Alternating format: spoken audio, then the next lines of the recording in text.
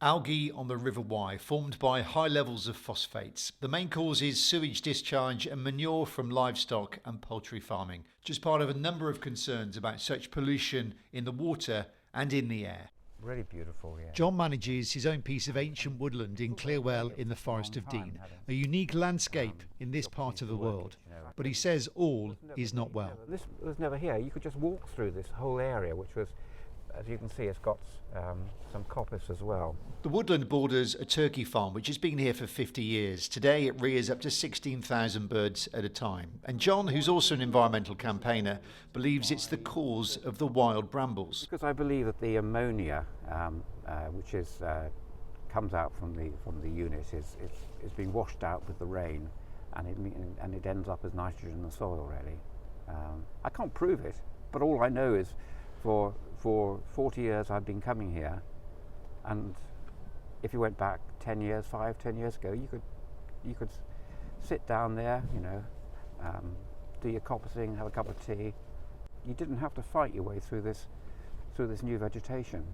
The turkey farm is one of 11 in the Forest of Dean and has been at the centre of a planning row for the last 6 years. After many applications were refused, it eventually won retrospective permission on appeal for a turkey shed. One of the local parish councils even raised £15,000 to fight the applications, and there were a number of locals in opposition too. Their argument is that intensive poultry farms like this increase pollution in the air from ammonia and from waste faeces, which increases phosphates in local waterways, and that planning laws as they stand don't go far enough to protect the environment. The planning system must start supporting the ambitions of what COP26 is all about. And I mean, it's just nonsense bringing forward a permission of that sort. So what needs to be happening is a phasing down. They've talked about a phasing down of coal production, a phasing down of intensive meat production, and there are plenty of other foods out there. Do you eat poultry? Sometimes, yeah, always free range, absolutely. No one from Clearwell Farm wanted to be interviewed, but in a statement said that it operates at the highest environmental standards according to the terms of its permit, and that manure generated at the farm is sold as fertiliser or feedstock.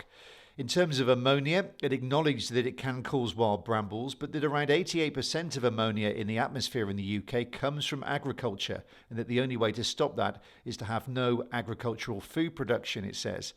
As part of its recent planning appeal, it will be upgrading ventilation on the older housing to disperse ammonia in a better way. The owners also said there are no plans to expand the farm and that environmental standards would be better today if they'd been allowed to demolish the site and rebuild it, but those plans were refused. This row comes as the Environment Agency has announced it's increasing the number of inspections on farms that could impact pollution along the Wye. And in the last few months, a number of local community groups have also sprung up to monitor the environmental impact of discharges into the county's rivers. Here on the banks of the River Severn at Lydney, Adrian chairs Friends of Forest Waterways. And in the week when Severn Trent were fined £1.5 million for sewage discharges from 4 of its treatment works in Worcestershire, he has concerns over this one. We do have evidence that's been sent to us by anglers and local people around the area of soiled sanitary items coming out of this outlet and being picked up by anglers on their lines and things like that. And there's no justification for that being in our river. Severn Trent told me that they weren't sure where the sanitary items the anglers saw had come from, but that what we filmed today was clean, treated effluent going back into the river. The company said it had reduced its impact on river pollution by 10% in the last year alone, and that it's spending £100 million to do more. The rivers can't take what's going on. There's far too much going in now that nature just cannot cope with.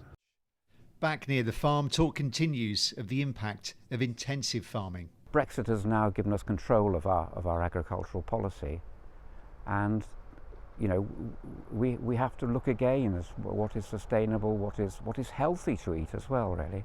From the consumer's point of view, I mean, there is an issue, isn't there, that there is a demand for this sort of meat that some people can only afford. They can't afford free range. It is expensive.